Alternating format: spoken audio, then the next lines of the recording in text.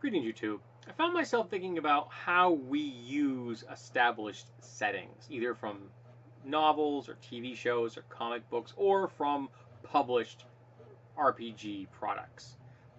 Pre-generated products like Greyhawk and Forgotten Realms and Planescape and Dark Sun, things like that.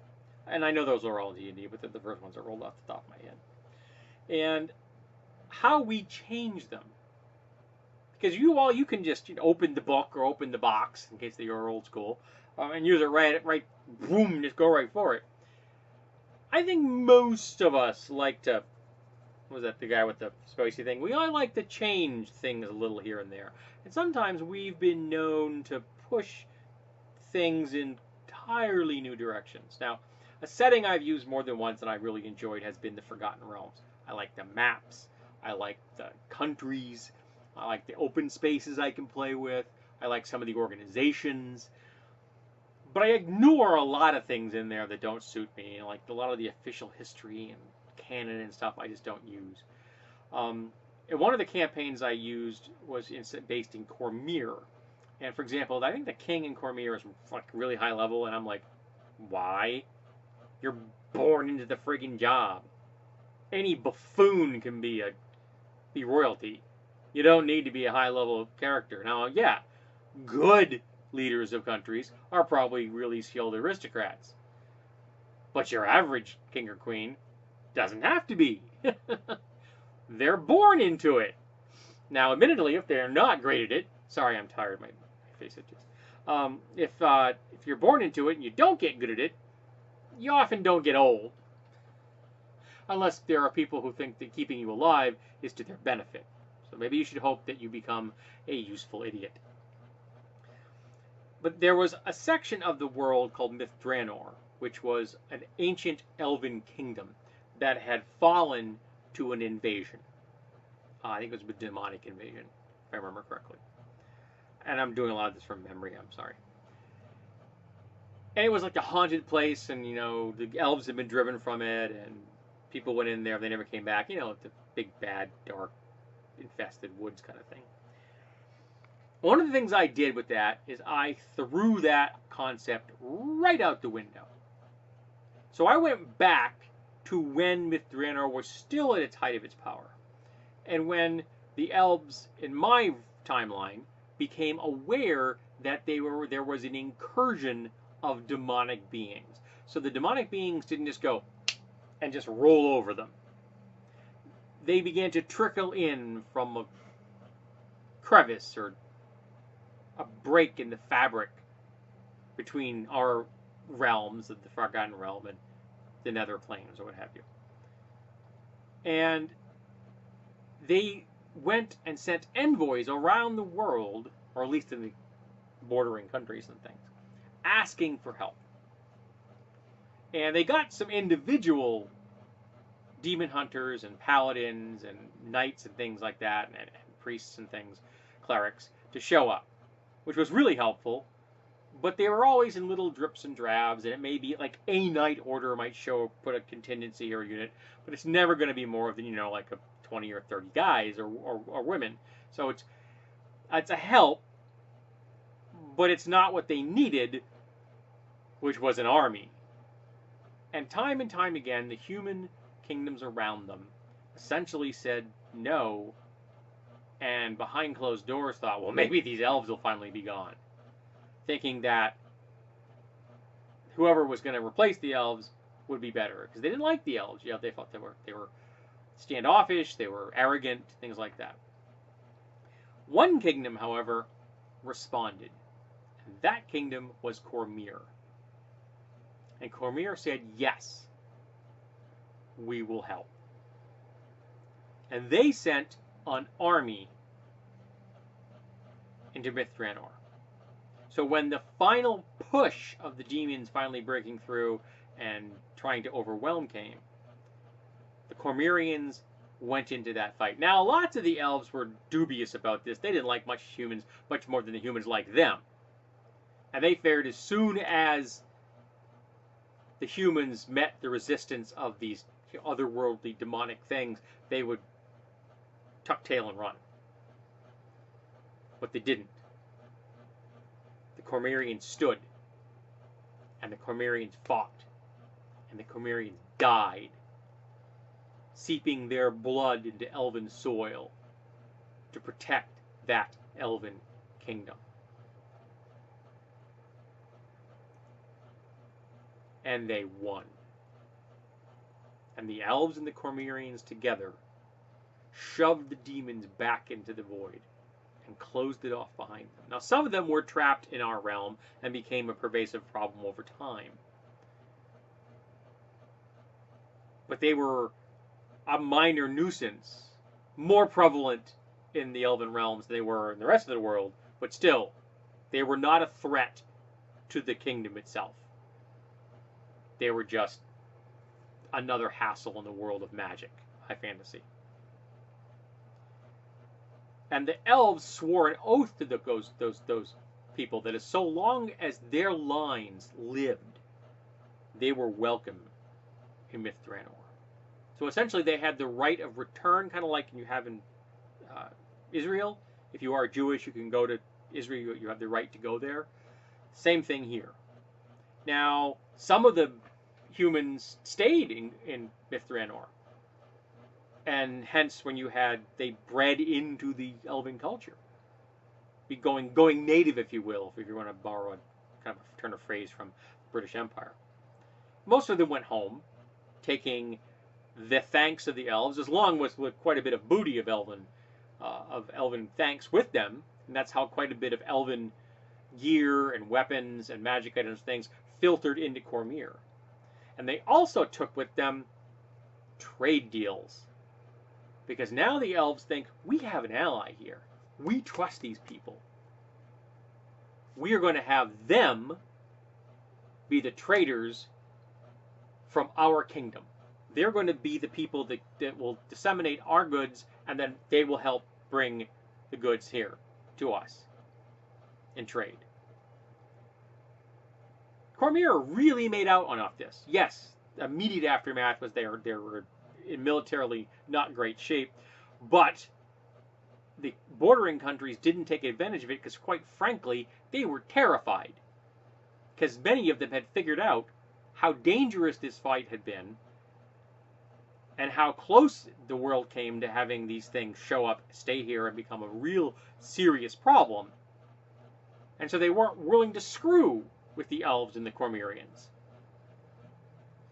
So now you jump forward hundreds of years to the time when the campaign set and the characters had their own. They actually built their own village, and eventually we started to grow into a town. And the political structure of the world, of course, moved and changed and evolved over time. And a lot of people were now pissed off and jealous of the Cormyreans because they had a great trade bargain, and they were the source of elven goods for the world. And they all flowed through Cormyr, and the goods all flowed back into Myth Draenor, and a whole lot of coins stayed in their pockets.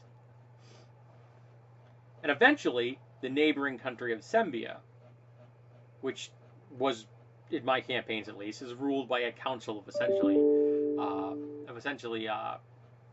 merchant houses. I don't know what it is officially or not. I think it might be that. I'm not positive. Speaking of merchants, there's a merchant that wants my money, Knife Center. But they decided that they wanted that Cormyrian gold. So they attacked Cormyr. And they were able to get enough of their own ships, plus some allies to join them, completely blockade Cormyr's ability to get ships out of their country or let allies come into their country. And, of course, that means the Cormyrians couldn't get troops behind enemy lines and things like that. So it was really serious. And the player characters were used as special forces in this, and they were making raids and things like this. But the Cormyrians were in a rough spot, because the Sembians had informed the humanoids to the north of what was going on. So while all the Cormyrians are rushing to fight the Sembians and defend their ports and sea coast, the humanoids took the advantage of that and began to move into their territory. Now the Sembians said, you can have no territory. This territory is ours. But anything you can carry, have at it, Hoss. And so they were raiding and destroying whole sections of Cormyr. There was chaos everywhere.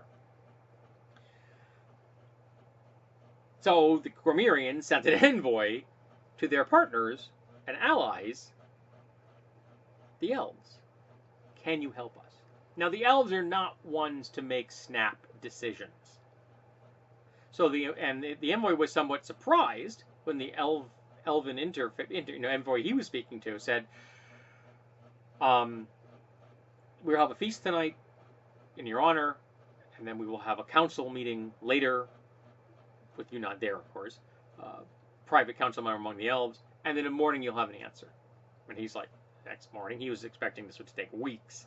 Like I said, the longer-lived races like the elves and the dwarves may not take as long as treants to make decisions, but they aren't lickety-split either. So the envoy went to bed with a full stomach and full of wine, feeling pretty good about this. And the elves took advantage of the situation at hand to put a plan into effect because they'd been waiting for a chance to try something. As you can see, the elves didn't sit on their laurels after the battle with the demons. They saw the deficits in their defenses, and they built them up, and they took care of those issues. And Mithranor was a hard-ass place to get into unless they wanted you there. And one of the things they did was create airships. Now, airships were not unknown in my world, but they were individual one-off things. Luxury items, weird tinkerers would make them. Sometimes, royalty might have a couple of them around. They were like yachts. They weren't military devices. Mithranor had a secret base, and I mean secret base, where they had airships. And most of the people in the military of the elves were not even aware of what these things really were. They thought they were airships. They were spelljammer ships. And the elves had already begun to explore off the surface of this world. And they'd never had an opportunity to use these vessels in war. So the elves said, this is a perfect experiment. As long as we help them at all, we are showing to be a good ally. And now we get to test and see how well our plans are going to work. So they launched their air fleet, their space fleet, and went after the blockading navy of the Sembians and their allies. And they went after all of the Sembian navy, even the ones that were in the docks in ports. And the fighters strafed them out of the night sky with the weapons they were completely unprepared for. And the heavier ships flew over, just raining down alchemical fire upon them. And it was complete and utter loss on the part of the Sembians. Their navy ceased to exist in one night. It was just gone, as was all the other navy vessels from their allies. So now the Sembians didn't have any allies, because they weren't about to commit more troops or more ships to the Sembians. And now the Cormyrians could not only get supplies in and out via the water and their allies, but now they could get troops behind the Sembian lines and start sending raiding parties and things in a manner much more well planned than the humanoids that were raiding Cormyr to the north, who were disorganized. Things did not go well for Sembi after that point. They eventually did sue for peace, retreat, and there were some heavy penalties paid to Cormyr. And no one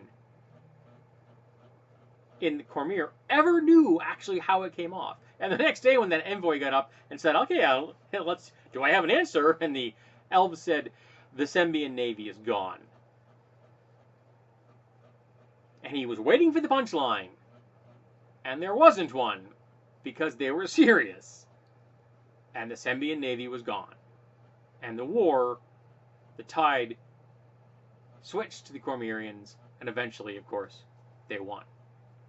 So that's one of the ways I really stretched the Forgotten Realms. I think I've talked about the Isle of the Dead, which was ruled by the Lich Zriprakis. I think I've discussed him in the past. Another way I pushed the world in another direction. Literally, it's another side of the map. But yeah, it really changed how things were in the world. So, I've blathered on for a quarter of an hour. So tell me, how have you pushed established settings to change them? Do you think that you could use anything I've discussed here with my use of Mithranor and the Elves and Cormyr and all that happy horse pucky? So let's talk about settings and changing them and how we alter things as GMs and players for our own purposes.